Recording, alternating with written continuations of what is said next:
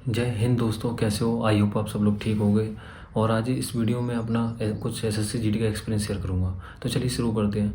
जैसा कि आप लोगों को पता है कि एसएससी जीडी के आंसर की आ गई है और आपने अपना स्कोर देख लिया होगा, जिसमें बहुत सारे बच्चों का स्कोर बढ़िया होगा, लेकिन उनके मन में डाउट होगा कि वो अपना फिजिकल पास कर पाएंगे नहीं कर पाएंगे। तो दोस्तों, डरने की कोई बात नहीं है, ये डाउट सबके मन में आते हैं। मेरे भी फिजिकल पास करने से मेरे ही मन में डाउट आया करते थे। तो मैं बताता हूँ कि मैंने अपना फिजिकल कैसे पास किया।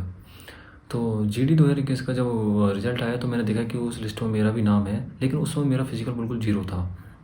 बिल्कुल जीरो मतलब यानी कि मैंने कभी ना तो कभी फिजिकल दिया था और ना ही मैंने कभी अपने गांव में कभी रेस लगाई थी। लेकिन फिर भी आप तो मुझसे बढ़िया ही हो गए, लेकिन कोई बात नहीं। फिर मैंने रिजल्ट आने के बाद मैंने अगले दिन से अपना फिजिकल की तैयारी शुरू कर दी थी, जिसमें मैंने पहले दिन 1 किलोमीटर रेस मारी थी। फिर मैंने कुछ दिन मतलब 4-5 दिन 6-7 दिन मैंने 1 किलोमीटर ही रेस मारी, जिससे मेरी कंटिन्यू बनी रहे। फिर मैंने 2 किलोमीटर कर दी। फिर 4-5 किलोमीटर के बाद 4-5 दिन के बाद फिर मैंने 3 किलोमीटर कर दी। फिर 4-5 दिन के बाद 4 किलोमीटर, ऐसे ही करते करते 5 किलोमीटर मैंने कर ली अपनी रेस। फिर 5 किलोमीटर जब मैं लगाने लगा तो मैं रोज़ 5 किलोमीटर लगाता, और रोज़ 5 किलोमीटर मैंने कुछ दिन लगाई थी, ऐसे 10-12 दिन कंटिन्यू लगाता रहा। फिर मैंने एक दिन अपनी टाइमिंग लगाई थी। टाइमिंग लगा कर देखा कि मेरी जो टाइमिंग थी उस समय 27 मिनट आई थी, शायद 27 मिनट आई थी। तो 27 मिनट आई तो मुझे डर लगा कि यार मेरा फिजिकल होगा नहीं होगा, लेकिन खैर कोई बात नहीं। मैंने अगले दिन से फिर मैंने अपनी स्पीड थोड़ी सी और बढ़ाई, जिससे मैं स्पीड बढ़ाते गया धीरे धीरे करके। मेरी फिर मैंने एक दिन और टाइमिंग लगाई तो मेरी 26 आई। फिर मैंने और बढ़ाई स्पीड, फिर मेरी 25 आई, 24 आई, 23 आई। फिर मेरी जो लोवेस्ट टाइमिंग थी जो गाँव में मतलब मैं लगाता था रेस, उसमें मेरी टाइमिंग जो थी वो 22.5 थी, 22.5 मिनट। लेकिन खैर कोई बात नहीं। फिर मैंने फिर और धीरे धीरे बढ़ाता गया, स्पीड बढ़ाता गया। बढ़ाने के बाद फिर इतना ही, फिर फिजिकल की डेट भी आ गई तो फिजिकल आने लगे। लेकिन मैंने उस समय फिजिकल की जब डेट अनाउंस होगी तो मैंने कोई भी टाइमिंग लगाई, क्योंकि जब अगर मेरी बाई चांस अगर टाइमिंग ज़्यादा भी आ जाती तो मुझे मेरे अंदर जो थी वो नेगेटिविटी आती। तो इससे बचने के लिए मैंने फिर टाइमिंग नहीं लगाई, बस रेस को थोड़ा थोड़ा मैं तेज़ करता गया। फिर जिस दिन मेरा फिजिकल था, मैं फिजिकल देने गया था, तो वो एंट्री गेट पे जब सुबह कुछ लड़के हम बैठे हुए थे, तो उस समय लड़के डिस्कस कर रहे थे कि मेरी टाइमिंग 18 है, कि मेरी 20 है, मेरी 21 है। तो मुझे लगा यार इनकी तो टाइमिंग ठीक है, ये तो मार ही देंगे, लेकिन मेरी लगी ही नहीं लगी, मुझे मतलब डाउट होने लगा। लेकिन फिर भी मैंने उनको छोड़ा और मैं अपने मन में पॉजिटिविटी लेके आया।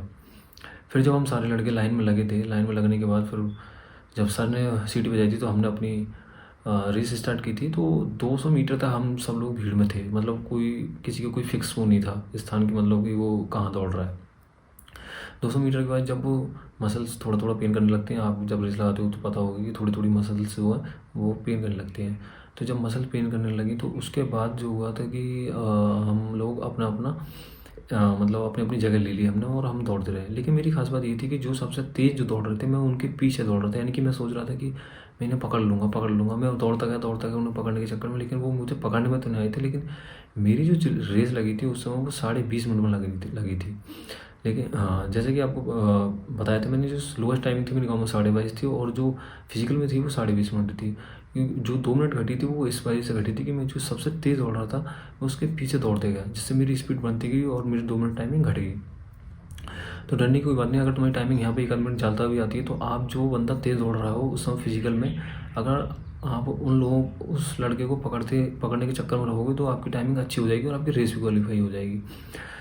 तो ऐसी भी डरने की बात नहीं है। और तो मेरे भी फिजिकल क्वालिफाई हो गया और सब कुछ हो गया। तो आपसे मैं यही सजेस्ट करूँगा कि अगर आपके पास टाइम है तो अभी से तैयारी करते रहें, क्योंकि ऐसा है, क्योंकि एसएससी का रिजल्ट आने के बाद जीडी का उस दिन के बाद 10-12 दिन नहीं दे पाते, क्योंकि इस समय एसएससी बहुत फास्ट काम कर रही है। तो मैं आपको ये सजेस्ट करूँगा कि अगर आपके पास टाइम है तो अभी से ही तैयारी करते रहें, कोई लापरवाही नहीं करें, क्योंकि बाद में फिर हमें परेशानी देखनी पड़ती है।